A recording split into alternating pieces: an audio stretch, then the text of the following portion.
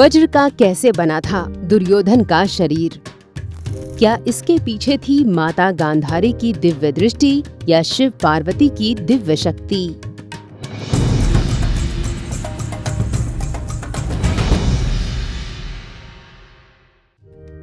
दोस्तों, महाभारत की जब भी बात होती है तो उस अंतिम पल को जरूर याद किया जाता है जब भीम और दुर्योधन के बीच निर्णायक युद्ध चल रहा था। उस दौरान भीम द्वारा दुर्योधन के शरीर पर गदा से बार बार प्रहार करने के बावजूद दुर्योधन का शरीर जस का तस बना हुआ था। हालांकि कृष्ण के संकेत पर भीम दुर्योधन की जांघ पर प्रहार करते हैं, जिससे दुर्योधन घायल होकर गिर जाता है और अंत में उसकी मृत्यु हो जाती है। लेकिन दुर्योधन की मौत के बाद प्रश्न ये उठता है, जब आम मानव का शरीर वज्र का नहीं होता, फिर दुर्योधन का शरीर वज्र का कैसे बन गया? दरअसल महाभारत को लेकर तमाम तरह की कहानियां सुनाई जाती हैं, जिसमें ये कहानी भी काफी प्रचलित है कि महाभारत का युद्ध अपने अंतिम दौर में था। कौरवों में केवल दुर्योधन ही बचे थे। तब कौरवों की माता गांधारी ने अपने बचे हुए एकमात्र पुत्र दुर्योधन की जान बचाने के लिए उनसे उनके सामने निर्वस्त्र होकर आने को कहा, क्योंकि गांधारी सत्यवती नारी थी और अपने अंधे पति धृतराष्ट्र को देख उन्होंने भी अपनी आंखों पर पट्टी बांध ली थी। गांधारी के इसी सतीत्व के कारण उनकी आंखों में दिव्य शक्ति आ गई थी। उनकी दृष्टि जिस पर भी पड़ती वो वज्र की भांति मजबूत हो जाता। माता गांधारी अपनी इसी दिव्य शक्ति का उपयोग कर दुर्योधन का शरीर वज्र का बनाना चाहती थीं। इसी उद्देश्य से माता गांधारी ने दुर्योधन को अपने सामने पूर्ण रूप से निर्वस्त्र होकर आने को कहा, ताकि उनका सारा शरीर वज्र की तरह मजबूत हो जाए।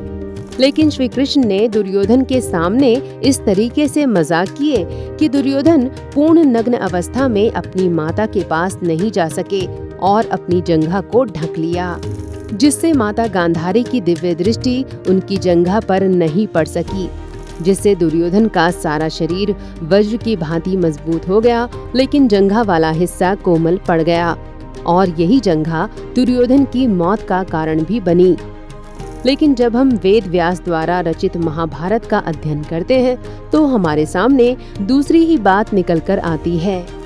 दोस्तों, वेद व्यास द्वारा रचित महाभारत के द्वितीय खंड के घोष यात्रा पर्व में मिलता है कि वनवास के दौरान जब दुर्योधन को चित्रसेन नामक गंधर्व ने बंदी बना लिया और फिर अर्जुन ने चित्रसेन से युद्ध कर दुर्योधन को छुड़ाया, तब दुर्योधन आत्मग्लानि में आकर आमरण अनशन पर बैठ गए। घोषणा पर्व में इस बात का जिक्र आता है कि दुर्योधन के अनशन पर बैठ जाने के बाद उनको कर्ण, दुशासन और शकुनी अनेक प्रकार से समझाने की कोशिश करते हैं, फिर भी दुर्योधन नहीं मानते। दुर्योधन की अवस्था देखकर दानव घबरा जाते हैं कि अगर दुर्योधन मृत्यु को प्राप्त हो जाता है तो उनका पक्ष इस दुनिया में कमजोर हो जाएगा। दरअसल दानवों ने दुर्योधन को भगवान शिव से प्राप्त किया था। इसका जिक्र खुद दानव दुर्योधन के सामने करते हैं। महाभारत में घोष यात्रा पर्व की माने तो अनशन पर बैठे दुर्योधन को दानव पाताल लोक ले जाते हैं और उनको समझाते हुए कहते हैं, दानवों ने अतिश्रम और भगवान शिव की आराधना कर दुर्योधन का वज्रधारी शरीर प्राप्त किया था। राजन, पूर्व काल में हम लोगों की तपस्या की वजह से ही आपको ये वज्रधारी शरीर प्राप्त हुआ है। भगवान शिव ने दानवों की आराधना करने पर आपके शरीर के ऊपरी हिस्से को वज्र के समान और माँ पार्वती ने कमर से निचले हिस्से को कोमल बनाया था। कृष्ण के द्वारा नरकासुर का वध और नरकासुर की आत्मा को कर्ण के शरीर में प्रवेश करने का भी जिक्र करते हैं और कहते हैं, हे राजन, आप दानवों के रक्षकों में शामिल उन सर्वश्रेष्ठ राजाओं में से एक हैं, जिनकी सहायता के लिए लाखों दैत्य और राक्षस लगे हुए हैं। अंत में दुर्योधन दानवों की बातों को सुनकर आमरण अनशन त्यागने का विचार करते हैं। महाभारत के घोष यात्रा पर्व में लिखी गई बातों पर जब आप गौर करेंगे तो दुर्योधन के कमर से ऊपरी भाग के शरीर का वज्र जैसे होने का कारण दानवों द्वारा शिव की आराधना है, न कि गांधारी की दिव्य दृष्टि से मिली शक्ति। हालांकि माता गांधारी और दुर्योधन को लेकर चली आ रही मान्यताएं और उनसे जुड़ी कहानियों को हम गलत नहीं कह सकते, क्योंकि गांधारी भी भगवान शिव के परम भक्तों में से एक थीं। वे शिव की आराधना में हमेशा लीन रहती थीं। वैसे आप क्या सोचते हैं?